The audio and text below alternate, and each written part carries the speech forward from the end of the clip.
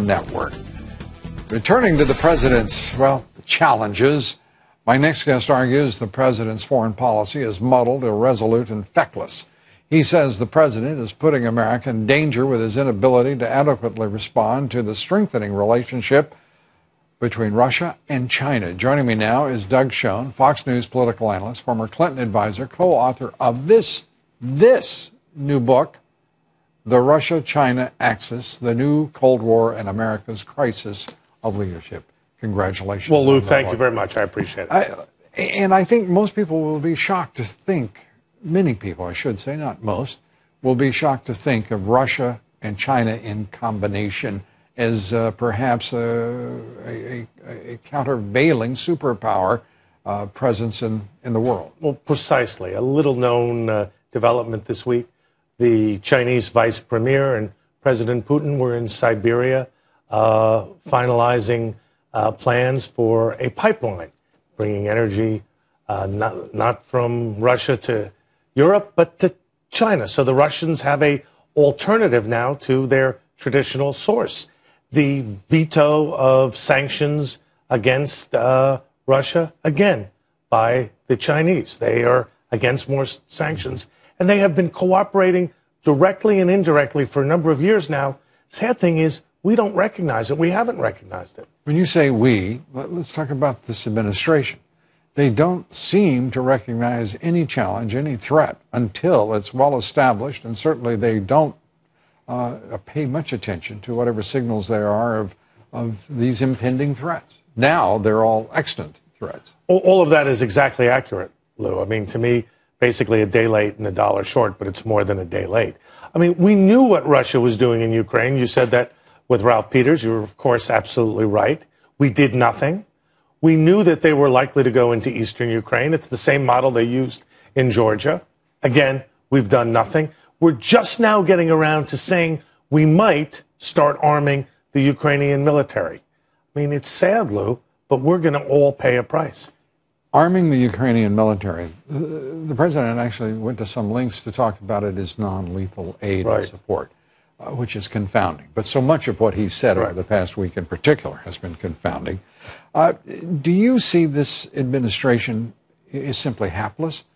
And do you see, let me just ask it this way, with a hapless president, does that mean we're a helpless people? Well, I don't think the American people are helpless. I don't think we're a helpless nation. But if you ask me to characterize the government, it's ineffectual. It lacks, as the president acknowledged, vis-a-vis ISIS, a strategy, both, I dare say, in the Middle East and globally. And President Putin understands that. The Chinese understand that.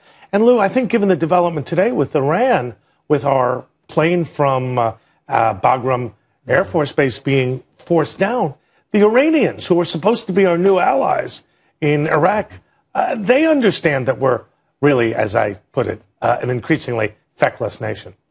Feckless, and at least this president, this administration is. I keep wanting to resist that we are as a nation. Exactly. But I'm not certain that we can successfully differentiate now between our leadership, our president, and this nation and the government. And if so, that's a very dangerous situation. Well, it is a very dangerous situation. Look, we know that General Dempsey, the head of the Joint Chiefs of Staff, differs with the president's strategy on Iraq and ISIS.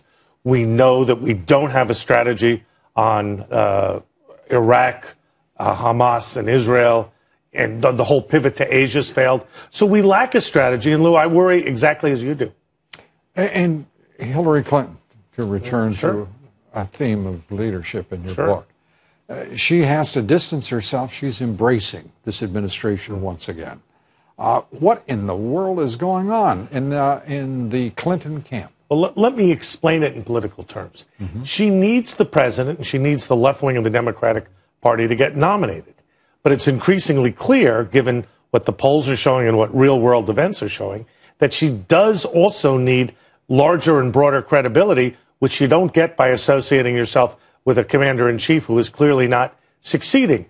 My own advice to her, and she's not asking me, and I'm not volunteering anything, but you got to say what you think, and you've got to offer leadership not as a politician, but as an American. Yeah, you know, it would be nice, because we have gone through now 6 years of a president. Sometimes it's very difficult to discern what his true reckoning is, what his analysis is, and what are the policies that he will sustain.